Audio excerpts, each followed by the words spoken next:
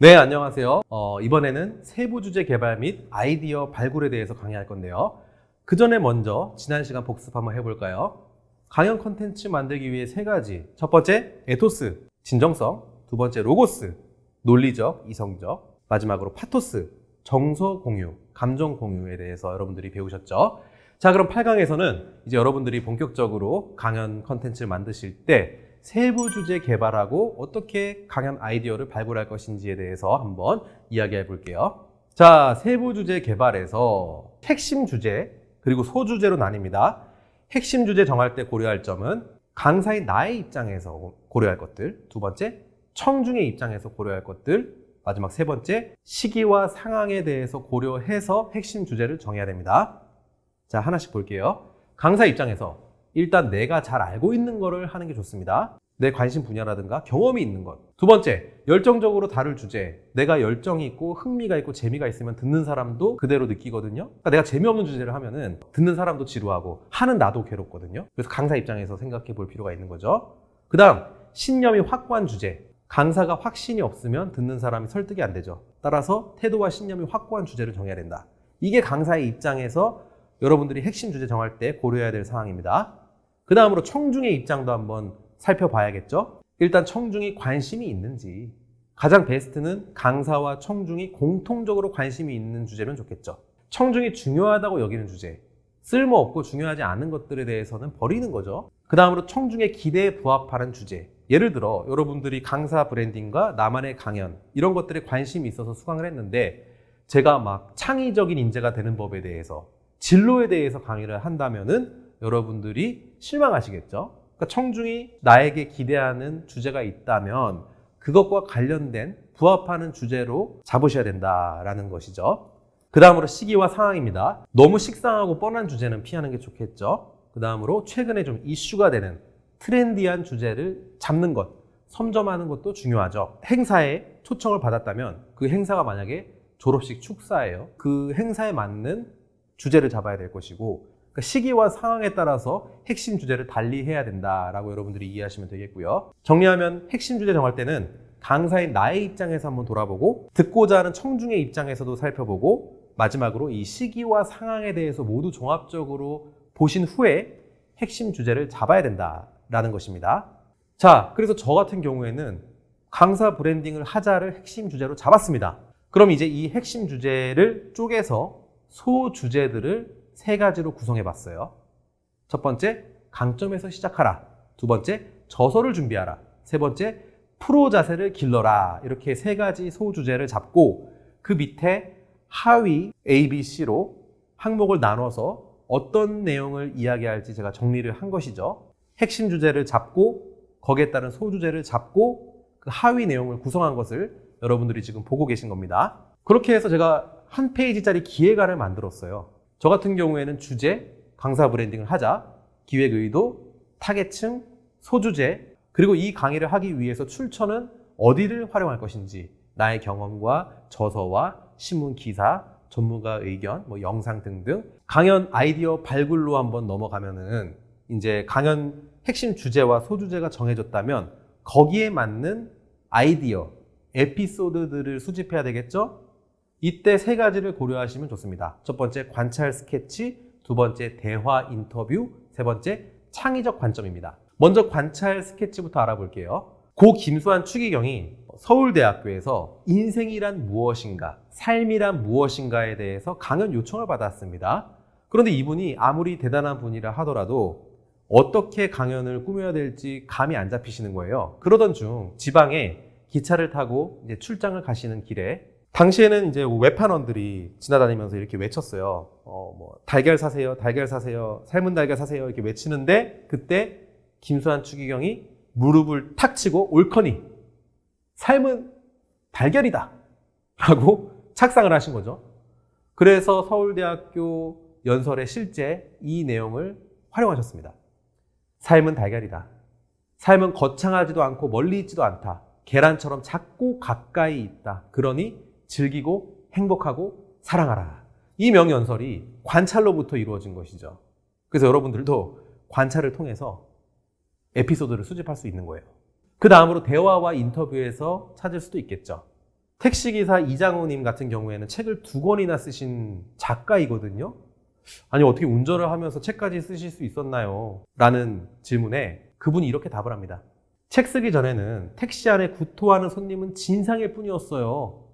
하지만 책을 쓰면서는 같은 일이 벌어져도 책을 위한 에피소드가 생겼다라고 생각하게 됐어요. 관점의 전환이죠. 진상을 만났을 때 오늘 일당 망쳤어 짜증만 내시는 것이 아니라 이분은 야 이런 진상을 내가 만나다니 이거는 정말 내 책과 강연의 에피소드가 되겠다라고 해서 수집하신 것이죠. 따라서 여러분도 누군가의 대화와 인터뷰를 통해서 여러분들의 강연 아이디어를 수집할 수 있는 것입니다. 이런 식으로. 그 다음으로 창의적 관점이라는 것은 뻔한 내용도 식상한 내용도 어떻게 관점을 달리 하느냐에 따라서 콘텐츠로 다시 재발견할 수 있다는 건데요. 그 김태현 전무님이 변은 익을수록 고개를 숙인다라는 뻔한 속담을 이렇게 뒤틀으셨어요. 변은 익을수록 고개를 숙인다는 우리가 오랫동안 겸손의 의미로 배웠습니다. 하지만 제 눈에는 벼가 익을수록 고개를 숙인다가 겸손이 아니라 1년간 농사 짓느라 땀 흘리고 수고하신 농부들께 미안하고 고마운 마음이 들어서 감사합니다, 고맙습니다 이렇게 인사하는 것처럼 보인다. 따라서 나에게 벼는 익을수록 고개를 숙인다는 겸손이 아니라 미안함 혹은 고마움의 의미다 라고 색다르게 각색을 할 수가 있는 거죠. 그러니까 여러분도 강연 아이디어를 수집할 때 관찰하실 수도 있겠고요. 대화와 인터뷰를 통해 얻으실 수도 있겠고요. 뻔한 내용이라 하더라도 남다른 관점을 통해서 컨텐츠를 가공할 수 있다라고 여러분들이 이해를 하실 수 있겠네요. 자, 이제 그래서 컨텐츠들이 막 쌓이고 있는데 나만의 데이터베이스를 구축하는 게 중요해요. 그래서 먼저 데이터를 이야기할 때 데이터와 정보와 지식의 차이부터 짚고 넘어갈게요. 먼저 데이터라는 건 말이죠. 한 건 한 건의 사건이 쌓인 것입니다. 그리고 그 데이터가 하나의 체계로 분류된 것이 정보고요. 그 정보에다가 불확실성을 제거하고 예측성을 가미한 것이 비로소 지식과 지혜입니다. 교통사고가 났어요. 한 건. 그건 사고에 불과해요. 사건에 불과해요. 한 건 한 건 사건이 쌓여서 일정 기간, 예를 들어 1년부터 5년간 교통사고 사건 자료가 쌓이면 그게 데이터가 됩니다. 그러면 그 데이터를 통해서 어디서 몇 건, 요일별 몇 건, 시간대별 몇 건 이렇게 분류한 것이 비로소 정보가 되는 거예요. 그럼 그 정보 가지고서 불확실성을 제거하고 예측성과 통찰력을 가미한 것, 예방 정책이라든가 전문가 의견, 고견 이런 것들은 비로소 지식과 지혜라고 할 수가 있겠죠. 그래서 데이터와 정보와 지식이 다르다. 이것을 여러분들이 아시고 다음 내용을 넘어가면 좋겠는데요. 무슨 말을 할지 떠오르지 않을 때는 나만의 토우피로 가라라는 유명한 말이 있습니다. 이게 토우피라는 것은 그리스 말인데요. 영어로 place, 장소를 얘기하는 겁니다. 아이디어들의 집합소, 아이디어들의 카테고리다. 이렇게 여러분들이 이해하시면 되겠는데 어떤 사수가 총을 쏘는 남자가 자기 집 앞 담벼락에 누군가 분필로 그려놓은 원 안에 정확하게 명중해 놓은 것을 보았어요. 깜짝 놀라서 아니 이런 명사수가 우리 동네에 있었다니라고 수소문 해봤어요. 근데 찾아봤더니 신발도 신고 있지 않고 누더기를 입고 있는 어느 작은 소년이었어요. 야, 너 어떻게 이게 총을 다 정확하게 명중시킬 수 있니? 라고 물었더니 그 소년이 하는 말, 아무에게도 배우지 않았어요. 그냥 저는 먼저 담벼락에 총을 쏜 다음에 분필로 총 구멍 주위에 원을 그렸어요 라고 말했다는 거예요. 그러면서 설득의 심리학에 나오는 내용인데요. 사실은 나도 마찬가지야.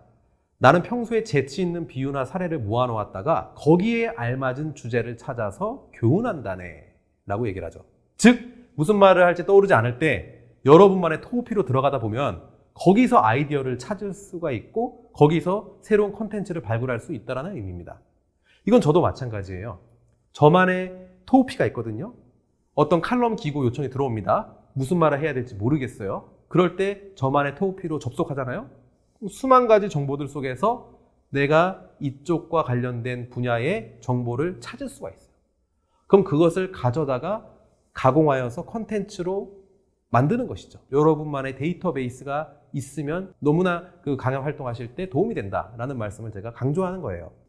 여러분들께 강추드리고 싶은 게 하나 있는데 롬 리서치라는 사이트입니다. 에버노트나 워크플로우보다 훨씬 더 생산성이 높다고 제가 자부합니다. 이게 특징은요, 자료들의 네트워크 노드, 그러니까 교차점의 정도까지, 강도까지 표현해 주거든요. 제 두뇌를 가져다가 이 데이터베이스에다가 그냥 입력을 해 놓은 거죠. 중요한 기사를 보았거나 어디서 보았던 책들, 논문들 혹은 자료들 이런 것들을 롬 리서치에다 저장을 해 놓으면요.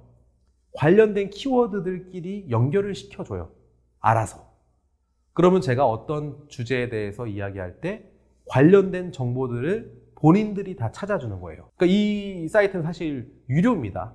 자, 그 마지막으로 말씀드리고 싶은 것은 여러분들이 축적한 여러분들의 아이디어 창고들에 대한 자료 검증을 해야 되죠. 유명한 강사님들이 방송에 나갔다가 비난을 받고 하차하는 계기는 이 자료 검증이 철저하지 못했기 때문이거든요.